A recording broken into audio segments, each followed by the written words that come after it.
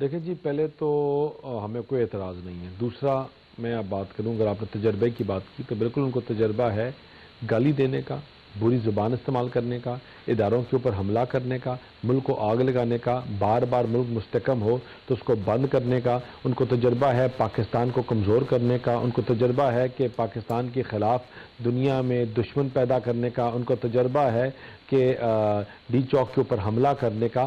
نہ کارکردگی، نہ کام، نہ کوئی اور کا تجربہ ہے. ان کی سیاست کا جو محور ہے وہ ہے نفرت کے بیج بو کر یہ سیاست کرتے ہیں. نفرت کے اوپر یہ لوگوں کو اکٹھے کرتے ہیں. نہ یہ لوگوں کو بتا سکتے ہیں کہ ہماری یہ کارکردگی اور اس بنیاد پر ہمارے ساتھ اکٹھے ہو، نہ کوئی اور. یہ وہ جماعت ہے. دیکھیں آج اگر چیزیں، میں نے جس طرح پہلے کہا کہ ہمیں کوئی ایشو نہیں ہے، یہ بالکل لکھیں اور 100 دفعہ خط لکھیں، لیکن یہ خط کس کو لکھ رہے ہیں؟ میر جعفر کو؟ یا خط لکھ رہے ہیں نیوٹرل کو؟ اور نیوٹرل کیا ہوتا ہے؟ یہ دیکھیں ان کی جو باتیں ہیں نا، ان کی چیزیں، ان کی اپنی ہر چیز میں اعتزاز ہے، ہر چیز میں جھوٹ ہے، ان کی ہر چیز میں فریب ہے. اور وہ اس لیے ہے کیونکہ انہوں نے اس سوسائٹی کو پولرائز کر دیا ہے. ان کی سیاست ہی یہ ہے کہ کنفیوژن در کنفیوژن در کنفیوژن. لیکن ریگارڈلس آف دس ہم ان کی تمام نااہلیوں، ناکامیوں، جھوٹ کے regardless of all those things ہم چاہتے ہیں کہ یہ ملک آگے بڑھے، ملک میں بہتری آئی. یہ ملک مستحکم ہو رہا ہے، آج چیزیں بہتر ہو رہی ہیں. یہ وہ ملک تھا جن کے لیے لوگ کہہ رہے تھے 24 گھنٹے میں کوئی 48 آور، اور کوئی کہتا کہ ڈیفالٹ ہو چکا ہے. وہاں سے ہم آ کر آج یہ ڈسکشن کر رہے ہیں کہ مہنگائی کی شرح میں کتنی کمی ہے یا نہیں ہے، گروتھ 1% ہے یا 6% ہے، چیزیں بہتر کم ہو رہی ہیں یا زیادہ ہو رہی ہیں. یہی ہماری جیت ہے، یہی ہماری پروگرس ہے. اور انشاءاللہ آگے آنے والے دنوں میں اور چیزیں بہتر ہوں گی اور چیزیں صحیح رخ پہ جا رہی ہیں. لیکن ہم چاہتے ہیں کہ جو یہ روز کا جو فتنہ ہے، یہ روز کی گالی گلوچ ہے، روز کا روڈوں کو بند کرنا ہے، اداروں کو گالیاں دینا ہے، ملک کے انسٹیٹیوشنز کو گالیاں دینا ہے، اپنے ملک کو کمزور کرنے کی بات کرنا ہے. کبھی آپ نے صوبے کی بات کر کے لڑائی کروائی، کبھی آپ نے جھوٹ بول کر آپ نے کنٹروورسیز پیدا کی. یہ چیزیں بند ہونی چاہیے، چیزیں آگے چلنی چاہیے. مفاہمت سے چیزوں کو لا کے چلائیں. اور ہم کل بھی مفاہمت کے ساتھ تھے، آج بھی مفاہمت کے حامی، اور انشاءاللہ اس مفاہمت کے ساتھ ہی حل نکلے گا. جی ٹھیک.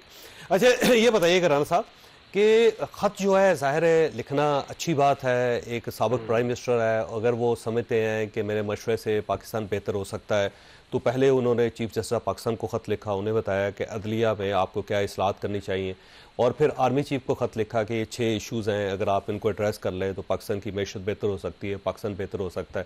حرج تو اس کے اندر کوئی نہیں ہے میرا خیال ہے. نہیں، حرج تو کسی چیز میں بھی نہیں ہوتا کہ جب آپ بات کرنا چاہ رہے ہوں.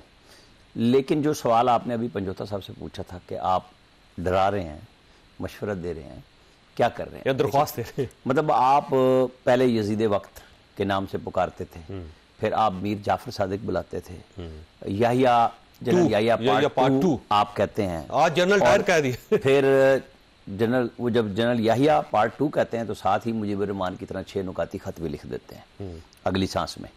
پھر جنرل ڈائر، فیصل فرید کی آواز تھی جو شاید بات کر رہے ہیں، جی ٹھیک ہے نا. تو فیصل چودھری صاحب، ہاں جی، فیصل چودھری صاحب، چونکہ وہ یہ ہو رہا تھا اس طرح تو میں نے آواز سے پہچانا. تو وہ بڑا سخت جواب خان صاحب کی جیل کے بعد آیا، کیونکہ رات سے یہ بات ہمیں تو سیکیورٹی ذرائع سے بالکل کلیئر آ گئی تھی کہ یہ خط جو ہے ہمیں 14 سالہ قید کے مجرم کا ہے، ہمیں ملا بھی نہیں ہے اور ہمیں کوئی دلچسپی بھی نہیں ہے. پھر کور کمانڈرز کی جو پریس ریلیز آئی ہے اس میں بتایا گیا کہ ہم آئین اور قانون کے مطابق، آرمی چیف کا فکر ہے آخری، پاکستانی عوام کے ساتھ مل کے اپنے آئینی فرائض انجام دیں گے. اچھا، اب آپ اس خط میں سے کیا ڈھونڈ رہے ہیں؟ مطلب آپ کو پتہ چل گیا کہ ڈویژن بینچ آپ کی مرضی کا اویلیبل نہیں ہے، تو سمجھ آ گئی کہ بھئی جتنی کوششیں کی تھی، چاہے وہ 346 صفحے کا خط ہے چیف جسٹس کو، چیف جسٹس نے اپنا جواب اپنی مشاورت کا پبلکلی صحافیوں کے سامنے بیٹھ کے دیا کہ میں اس کو درست سمجھتا ہوں. اور جمال مندو خیل صاحب بیٹھے ہوئے تھے آئینی بینچ کے جو ممبر ہیں، تو انہوں نے کہا کہ آپ سے جو سوال ہوگا آپ نے جواب نہیں دینا. پھر اینڈ پہ یہ بات سامنے آئی کہ چونکہ آپ آئینی بینچ میں ہیں اور جو بات میں اس کے بعد پتہ لگا نا کہ کیا بات کر رہے ہیں وہ، تو میں نے اس لیے کہا کہ آپ کا مدعا پہلے نہ آئے کہ جو بھی سینیرٹی کا ایشو، آج وہ خط بھی لکھ دیا گیا دوبارہ جو آپ نے کہا ہے کہ ہماری سینیرٹی. اب وہ مجھے نہیں پتا عامر فاروق صاحب کو جن کو اتنا پریشر میں لایا گیا، اب اگر وہ جانے سے پہلے، کیونکہ مجھے یقین ہے کہ وہ چیف سپریم کورٹ میں جا رہے ہیں، تو وہ نہیں جواب دیتے تو اس کا جواب زبردستی لیا جا سکتا ہے. کوئی رولز آف بزنس یہ وکلا ایک بیرسٹر بیٹھے ہیں دوسرے بھی بیرسٹر ہیں تو یہ ہمیں بتا سکتے ہیں کہ کیا سپریم. ایسا نہیں لگ رہا کہ 5 ججز جو ہیں وہ خود انصاف کے لیے اپنے چیف جسٹس کے پاس ایک پٹیشن لے کے چلے؟ نہیں اس چیف جسٹس نے مطلب جسٹس عامر فاروق نے جو 2 دن میں ایکشن لیے ہیں تو ہفتے کی رات سے لے کے اب تک مجھے تو پتہ چل گیا اس سے کہ بھئی ان 5-6 لوگوں نے جو کچھ کیا ہے ان کے ساتھ انہوں نے سینیارٹی پہ نمبر 2 کے پاس احتساب عدالت کا بھی چارج نہیں رہنے دیا. سب چیزیں انہوں نے وائنڈ اپ کر دیا ان سے.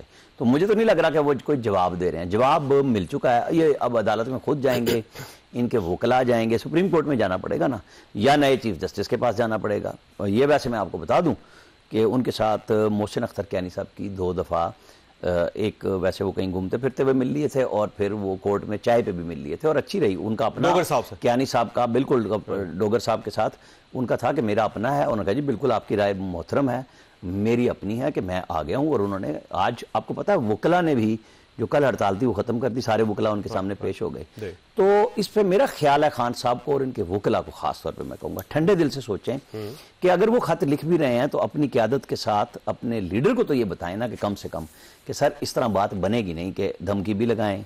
پھر ساتھ ہی وہ کہہ رہے ہیں کہ شہباز شریف نے بوٹ اتنے تیزی سے پکڑے ہوئے ہیں کہ کوئی رستہ ہی نہیں مل رہا. وہ کس کے لیے رستہ ڈھونڈ رہے ہیں؟ اچھا ویسے آپ کے پاس ایک سوال چھوڑ کے جا رہا ہوں کہ ایک پرسیپشن ہے کہ جس کی تعریف پاکستان تحریک انصاف کرنا شروع کر دیتی ہے کے ساتھ کھڑی ہو جاتی ہے اس کا کیریئر ختم ہو جاتا ہے. جیسے جسٹس محسن اختر کیانی صاحب جو ہیں اس وقت پاکستان تحریک انصاف ان کو سپورٹ کر رہی ہے تو اس کے بعد جو کچھ ان کے ساتھ ہو رہا ہے وہ پورا پاکستان دیکھ رہا ہے اس کو. تو جس کی تعریف کرتے ہیں اس کے ساتھ ایسا کیوں ہو جاتا ہے؟ چھوٹی سی بریک اور بریک کے بعد دوبارہ حضرت.